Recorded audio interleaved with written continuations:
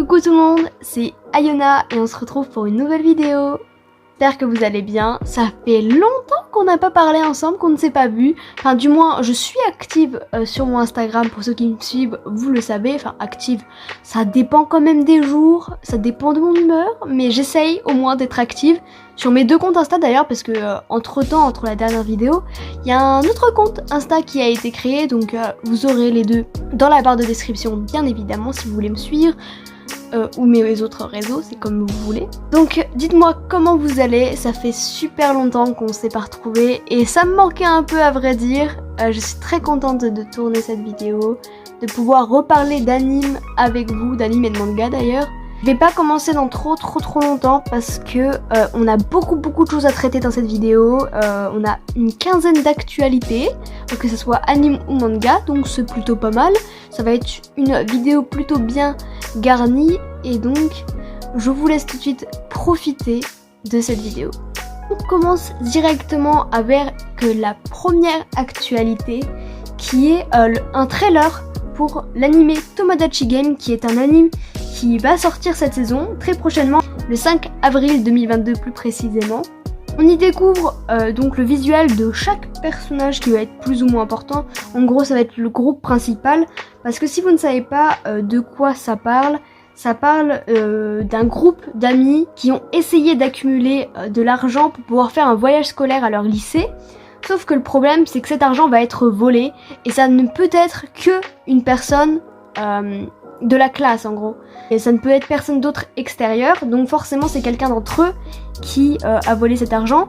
Et un jour ils vont se faire agresser et se réveiller dans une pièce avec une sorte de mascotte, une sorte de bonhomme de dessin animé on dirait, genre vous voyez ce que je veux dire. Il va leur proposer de jouer à des jeux contre de l'argent. Donc on nous révèle les plusieurs doubleurs de chaque personnage. Et un studio que je ne connais pas du tout qui va s'occuper de cette adaptation animée, parce que c'est un manga à la base pour ceux qui ne le savent pas. Et donc je ne sais absolument pas ce que ça va donner. J'ai très hâte de voir. C'est pas un anime que je compte vraiment regarder cette saison, mais je vais suivre un petit peu ce que les gens en disent, leur avis, parce que je crois qu'il y a quand même pas mal de personnes qui vont regarder, parce que c'est un genre de survival game, et les survival games c'est plutôt coté, on va pas se mentir. À voir ce qu'on en dit, mais personnellement c'est pas quelque chose qui me hype de fou. Ça me plaisait bien à la base quand l'annonce a été annoncée, enfin l'histoire etc, ça me plaisait bien, mais quand j'ai vu le trailer c'était plus trop mon délire, donc je sais pas, à voir.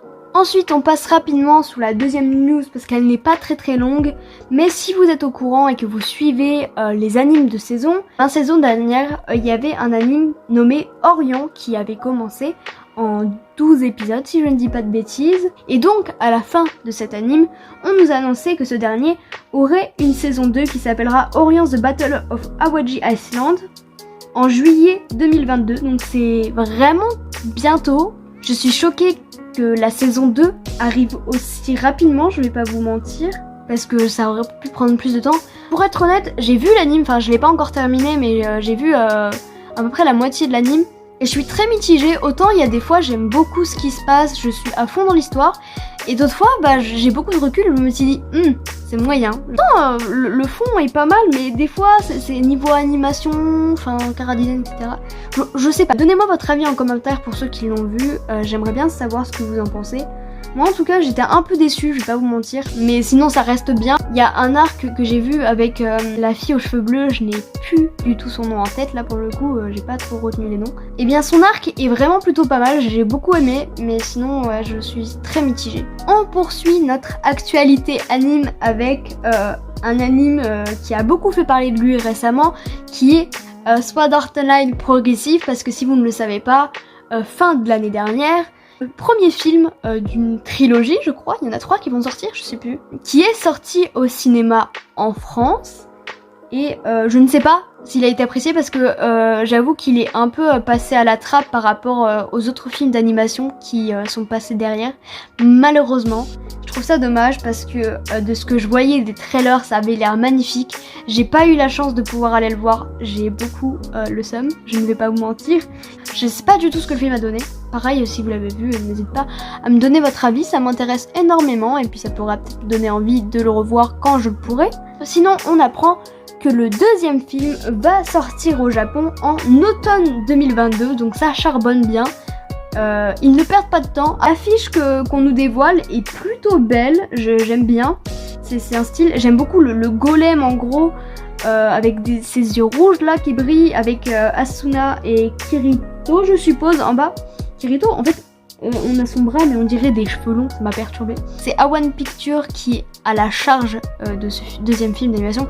Je pense que c'était celui également qui était sur le premier. C'est plutôt un bon studio d'animation, en tout cas je trouve personnellement. Donc faut savoir que ce deuxième film va se charger de la conquête des étages 2 à 4 d'Incrade. C'est pas jusqu'à quel étage ça va aller. Donc voilà, je tenais à parler de cette news qui me fait grandement plaisir parce que je suis une fan de Sword Art Online et donc quand j'avais appris ça pour la première fois c'était super comme nouvelle. Mais d'ailleurs ceux qui sont en charge de Sword Art Online, on attend toujours la suite parce qu'on n'a pas trop de nouvelles et on aimerait bien une suite, donc n'hésitez pas à nous la produire bientôt. On continue les actualités anime avec des informations sur l'anime I'm the Villainess, So I'm Taming the Final Boss. Oui, j'ai un accent anglais de merde, mais ce n'est pas le sujet. J'ai voulu rajouter cette actualité qui n'était pas forcément très importante parce qu'en soi, je pense que très peu de personnes connaissent ou sont intéressées. Mais moi, je trouvais l'anime qui avait l'air intéressant. J'ai vu la première bande-annonce parce qu'on a accès à cette dernière et je l'ai trouvé plutôt cool et même le plot de l'histoire, je le trouvais sympa. Donc je me suis dit, je vais le rajouter pour mon plaisir personnel parce que moi, en tout cas, il me tentait bien. Et donc s'il me tente bien et que j'ai envie d'en parler, eh bien j'en parle. Ça marche comme ça ici. Donc accompagné de ce premier trailer, il y a également deux visuels. C'est plus ou moins les mêmes, sauf qu'en fond, ce qui change, c'est le personnage masculin qui devient un dragon sur la deuxième. Ce que j'aime bien, on va pas se mentir, c'est que le garçon ressemble à un bad boy et la fille, elle a l'air d'avoir du caractère.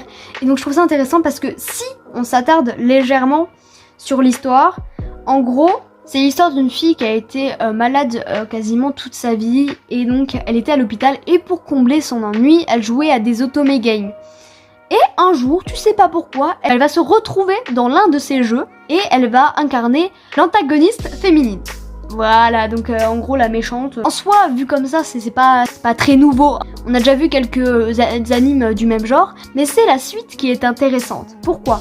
Parce que du coup cette dernière va se retrouver dans le style roi, enfin prince, princesse, tu vois le truc. À partir de ce moment-là, elle va s'appeler Irène Lorraine d'Autriche et donc elle est l'amie d'enfance de Cédric Jeanne Elmeyer qui est le prince héritier. Sauf que ce prince héritier va annoncer publiquement qu'il est amoureux d'une autre fille qui s'appelle Lilia Rainworth et donc il annule ses fiançailles avec Irène. Comment dire que ça l'a bien énervé. Donc pour ne pas mal finir et avoir sa fin tragique comme elle l'a dans l'histoire normale, eh bien elle va aller taper à la porte du boss final, donc qui s'appelle Claude Jeanne Elmeyer et qui est le demi-frère de Cédric parce que vous avez remarqué qu'ils ont le même nom de famille.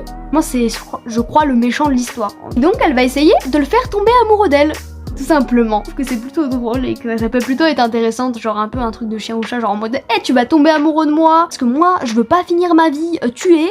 Donc personnellement j'ai hâte de découvrir cet anime qui sortira en automne 2022. Encore une actualité assez rapide pour le coup. On va parler de Bastard qui est un ONA, une adaptation dans le passé il y a très longtemps et qui va avoir une réadaptation animée sur Netflix prochainement. Et on a enfin la date de sortie pour les 13 premiers épisodes qui sera du 30 juin 2022. Cet été, j'ai très hâte personnellement de le découvrir parce que en voyant l'affiche avec l'homme avec les cheveux blancs vraiment trop stylé, ça me donnait grave envie. Et le premier trailer que j'avais vu était aussi pas mal, donc j'avais bien aimé. Mais il faut savoir qu'il y aura encore 11 épisodes après ces 13 là. Et donc eux n'ont pas encore de date, on les apprendra prochainement sans doute. En tout cas c'est Liden Films qui s'occupe de cet anime. Je sais pas ce que ça va donner, j'ai pas vu trop de trucs de Liden Films, donc je ne préfère pas m'avancer. On verra bien ce que cela donnera parce que moi personnellement, le plot me donne très envie avec les visuels. Ensuite, nous allons parler d'un nouvel anime qui a été annoncé. Il s'appelle Buchigile, si je le prononce assez bien. Et c'est prévu pour juillet 2022, donc pareil on a le temps. C'est Geno Studio qui s'en occupe. Geno Studio, alors je les connais pas trop parce qu'ils ont pas fait énormément de choses, je crois. Mais de ce que j'ai vu qu'ils avaient fait, ils avaient fait un épisode de Star Wars Vision pour ceux qui ont vu. Alors, je ne suis pas une fan de Star Wars, mais j'avais regardé Star Wars Vision parce que j'en avais... Je sais pas pourquoi, je l'attendais, je voulais voir. Et j'avais adoré l'épisode qu'ils avaient fait, c'était un de mes préférés d'ailleurs. Pour ceux qui ont vu, c'est l'épisode avec la fille animale, là je sais plus le nom.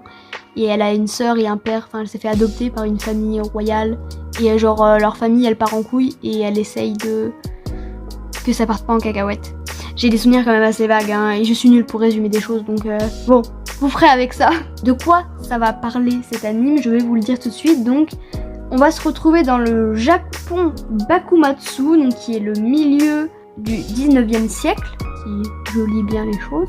Le Shinsengumi, chargé de faire régner l'ordre à Kyoto, est brutalement annihilé par un inconnu qui ne laisse qu'un unique survivant. Pour remplacer les membres assassinés, les officiels ont l'idée de recruter discrètement 7 criminels. Voilà, c'est tout ce que nous avons. On n'en sait pas plus. À la base, ça me donnait envie parce que j'avais vu l'affiche que je trouve vraiment très très classe avec un personnage qui a l'air vraiment badass. Là, ça me donnait envie, mais quand j'ai vu le trailer, c'était pas le même délire. En fait, c'était pas le même genre de dessin, donc je sais pas quoi en penser. C'est beaucoup plus enfantin dans le trailer. Pour le moment, on n'a pas beaucoup d'informations, beaucoup de contenu. Je tenais à vous le présenter parce que c'est un nouvel anime qui sortira et qui mérite d'être un peu dans la lumière. On va conclure cette catégorie actualité anime avec une annonce intéressante, du moins qui moi m'a interpellée et dont j'avais vraiment envie de parler pour avoir votre avis sur la question. Parce qu'il y a le premier visuel pour l'anime Isekai Meikyū de Haremuo qui est sorti et le visuel est beau, hein, je ne dis pas le contraire. On voit aussi les personnages chacun de leur côté. Mais la chose qui m'a directement tapé à l'œil, c'est le personnage féminin. Alors, j'ai vu personne en parler, quasiment personne en parlait. Alors que moi, ça m'a plutôt frappé à l'œil, au visuel. Parce qu'il y a le manga qui est sorti il y a pas longtemps, donc j'avais déjà vu la cover du manga. Ce qui m'a tapé dans l'œil pour le personnage féminin, c'est qu'elle a des rondeurs. Alors je n'ai absolument rien contre les personnages qui ont des rondeurs. Au contraire, je suis pour la diversité des corps parce que tous les corps sont beaux. Mais ce qui m'a perturbée, c'est qu'ils aient mis un personnage féminin avec des rondeurs, alors que le personnage de base est vraiment très fine. Elle a une grosse poitrine, elle a des assez grosses hanches, mais elle a vraiment le ventre plat. Et donc je ne comprends pas cette décision d'avoir mis des courbes à cette femme. Je sais pas ce que ça peut impacter, ce que ça peut apporter en fait à cette adaptation animée.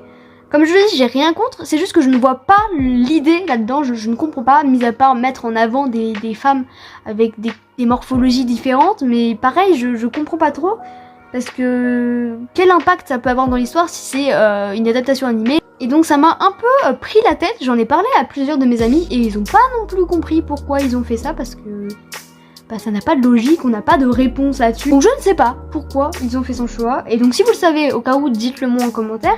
Et sinon, donnez-moi votre avis sur la question. À part ça, bon, on sait pas grand-chose pour l'anime actuellement. On sait que ça sort en juillet 2022. Et on a le résumé de l'histoire que je vais malheureusement passer pour faute de temps et de vous laisser voir ça. Voilà, je tenais à parler de cette petite information, de vous montrer le visuel, de vous parler de mon avis, de ce que j'ai remarqué. Et donc, on passe à la suite. Nous entrons dans la catégorie des adaptations animées. Alors, il n'y en a que un cette semaine. Ça va être vraiment une petite rubrique, on va pas se mentir. Mais nous avons appris la très très bonne nouvelle que, pour la première fois, un manga de Inyo Asano va être adapté en animé. Et c'est vraiment quelque chose que je trouve surprenant que ça n'ait pas été fait avant. Parce que Inyo Asano, c'est un mangaka vraiment beaucoup apprécié, il a fait pas mal d'œuvres. Ouais, il est plutôt apprécié du public, en tout cas en France, de ce que j'ai entendu, il y a beaucoup de fans, beaucoup achètent ses séries. Et donc j'ai été surprise de savoir qu'il n'y avait pas encore d'anime sur ces mangas. Premier anime que nous allons avoir basé sur un de ces titres est Dead Demons Dead Destruction. J'ai dû oublier DDD parce qu'il y en a trop, et j'ai pas envie de le redire parce que c'est très très dur à dire. Et production H+, qui va se charger de l'anime. Je n'ai aucune idée de quel est ce studio. Vraiment, je ne sais absolument pas quel est ce studio et ni ce qu'ils ont fait. Je ne sais absolument pas ce que ça va donner. On n'a pas vraiment de visuel animé pour le moment. Donc vu que nous n'avons pas de trailer, je ne peux pas juger ce que ça va donner. Mais j'espère vraiment qu'ils vont faire du bon travail parce qu'à mon avis, cette adaptation va être attendue au tournant, on va pas se mentir. Mais très bonne nouvelle que je voulais soulever, on n'a pas beaucoup d'informations à part le fait que ça va être adapté. Et donc je suis très contente pour lui qu'une de ses œuvres va avoir le droit à une adaptation animée. On va terminer cette vidéo avec la catégorie manga où nous allons parler des sorties manga qui ont été annoncées récemment par les maisons d'édition. D'ailleurs, nous commençons directement avec deux annonces de chez Delcourt Tonkam. La première qui est pour le manga L'extraordinaire apothicaire. Il faut savoir que récemment, ce manga a eu une adaptation animée qui s'appelle The Saint Magic Power in Omnipotent, donc qui était dans la saison automne je crois. Je ne sais plus c'était laquelle saison, mais je sais que c'était assez récent. Et donc ce manga va nous apparaître chez nous en France le 4 mai prochain au prix de 7,99 €.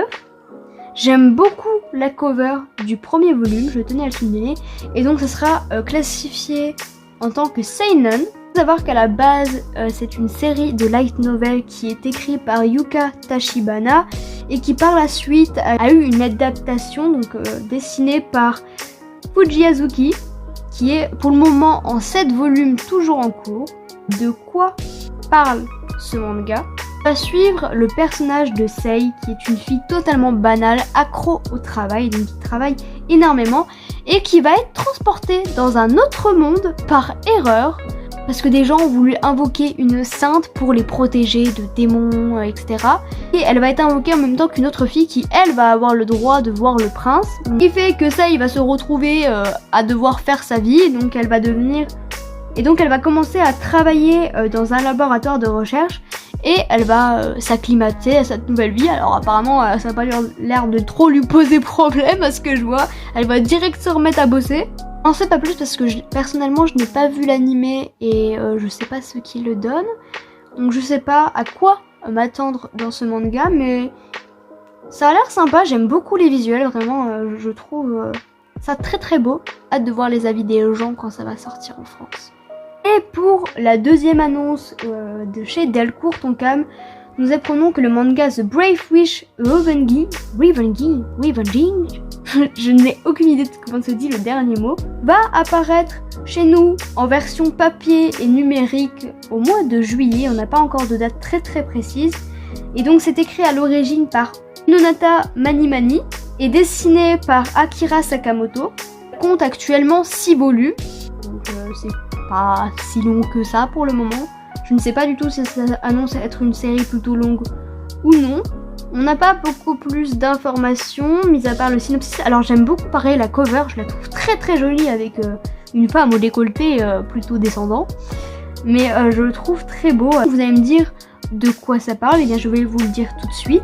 On va suivre Roll qui est considéré comme le plus puissant des guerriers du monde et qui a gagné contre le roi démon.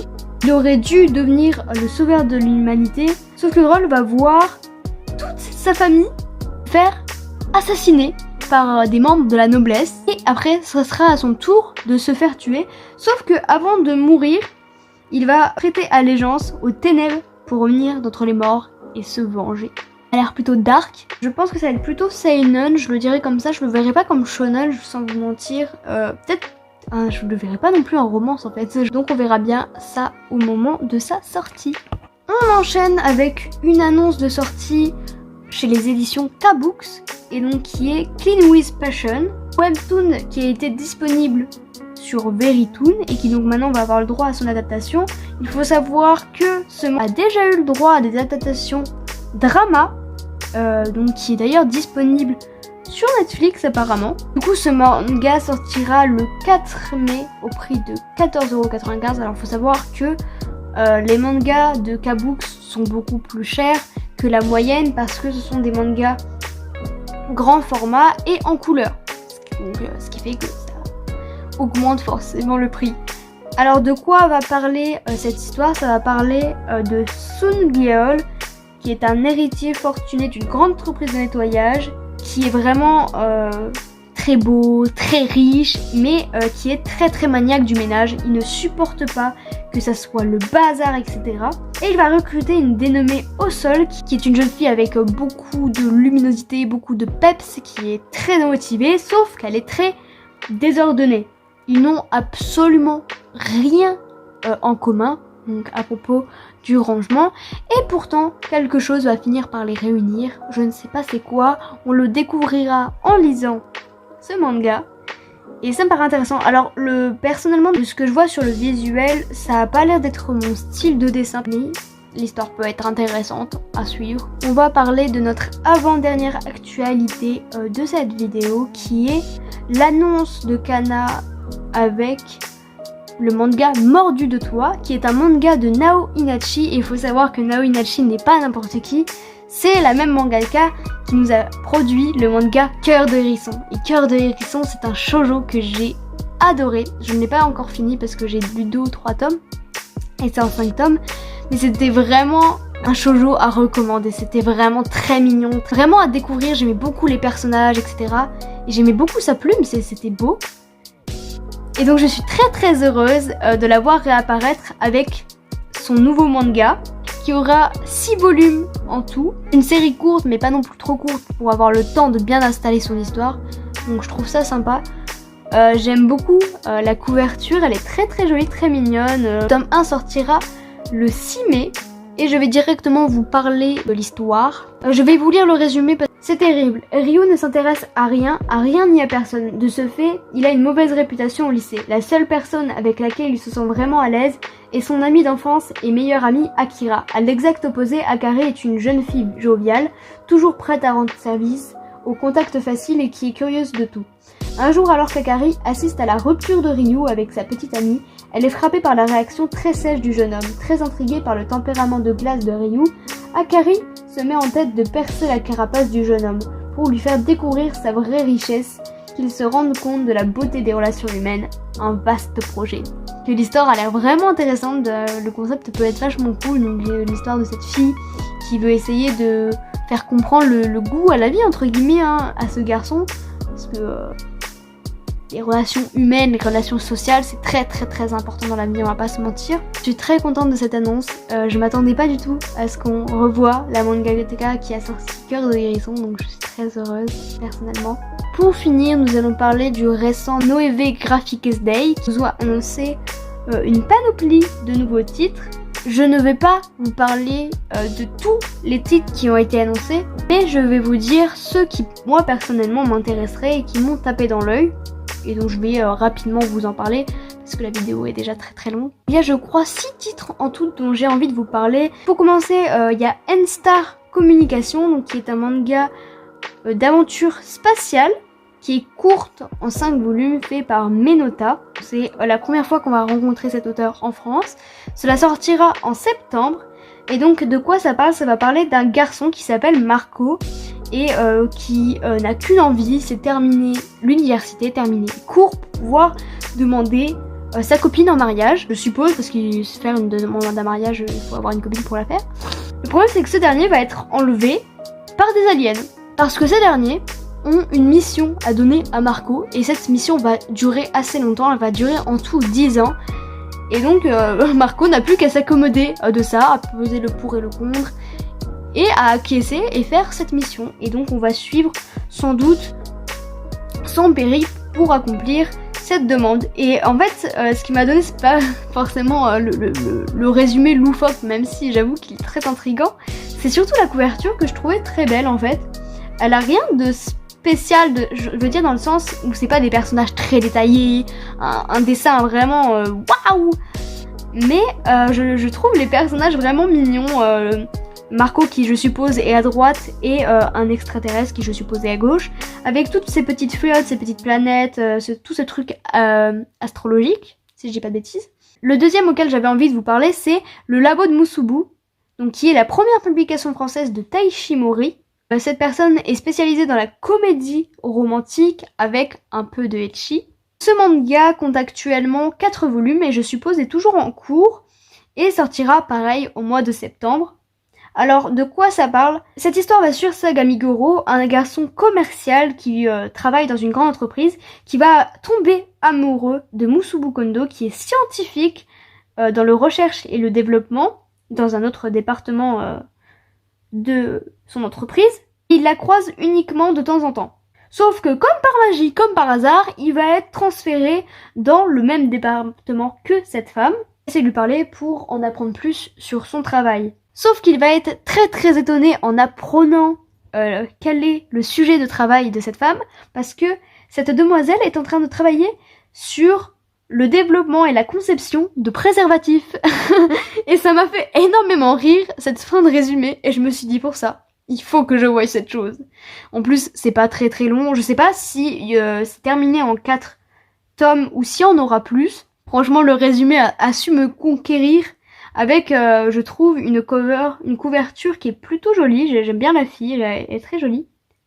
Donc vraiment, à voir ce que ça va donner. Je pense qu'il y a du potentiel pour être intéressant. On continue avec le 3e titre, qui est Migratory Birds and Snails, qui a pour le moment 3 volumes à son actif par la mangaka Makoto Takatsu, et qui est prévu cette fois-ci pour août, et je ne trouve que ce n'est pas une mauvaise idée au vu de la cover qui laisse apparenter quand même à une saison plutôt chaude, hein, vu le maillot de bain, la plage, etc. Et donc dans cette histoire, on va suivre Unpei Mochizuki, qui travaille depuis 2 ans chez un revendeur de pièces détachées, et après une erreur, il n'a plus qu'une envie, c'est partir très loin, là où personne pourrait le reconnaître. C'est alors qu'il va croiser la route de Tsugumi Nagisa, qui est elle illustratrice, et nomade par la même occasion, donc une femme dont on sait pas trop quel âge elle a. Elle vit dans un camping-car, un van, en compagnie de son chien. Elle va alors commencer pour Unpei, en compagnie de Tsugumi et apparemment le van, une nouvelle vie sur les routes. Elle va les faire découvrir plein d'endroits, donc la vie de personnes qui bougent tout le temps, qui est un peu dans l'imprévu. Je trouve ça très intéressant de aborder ce sujet. Et puis j'aimais beaucoup la cover qui me donnait vraiment une bonne vibe. Je me dis que pour l'été ça peut être vraiment pas mal à lire. Pour enchaîner sur le 4e titre dont je voulais vous parler, qui s'appelle Bootsleg, j'espère que je le prononce bien parce que j'avoue que le nom est un peu spécial, qui a pour le moment uniquement 2 tomes et qui est produit par le mangaka Suzuhito Yasuda, qui a également fait Sakura Quartet, pour ceux qui connaissent, c'est un shonen shoujo je crois. J'ai déjà entendu parler de ce manga, j'ai déjà vu des covers de ce manga, mais je n'ai jamais lu et je n'ai jamais trop vu d'avis je crois, ou il y a longtemps donc je m'en souviens pas. Et ce qui m'a attiré pour le coup, c'était surtout la couverture de ce manga que je trouve très belle, avec la lumière qui sort du bâtiment et le personnage au milieu qui a l'air un peu sombre, on va pas se mentir. Et donc ce manga sort au mois de septembre, comme les 3/4 des autres. Et on va suivre Zen, 7 ans, qui vit normalement avec ses parents et sa petite sœur, jusqu'au jour où ces derniers vont être engloutis par de mystérieuses mains gantées qui arrachent aussi sa jambe gauche. Donc comme ça, ils font une pierre deux coups. Ensuite, on va le retrouver 7 ans plus tard, où plus de 100 disparitions sont maintenant référencées.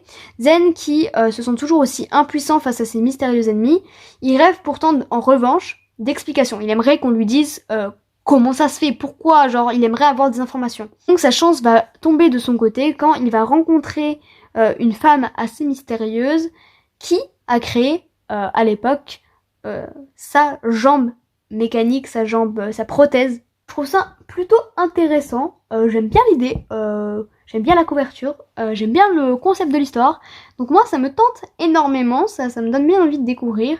Je pense plus que c'est un shonen d'action et apparemment fantastique. J'ai hâte de découvrir cette petite nouveauté. Pour les 2 derniers titres, je vais en parler très rapidement parce que c'est des mangas dont les animes sont sortis il y a pas si longtemps que ça. Donc le premier c'est Higuero, donc qui est un manga adapté de light novel de Shime Saba et donc dessiné par Imaru Adachi, qui est actuellement en 7 volumes au Japon, qui sortira en juillet, donc c'est plutôt cette fois-ci.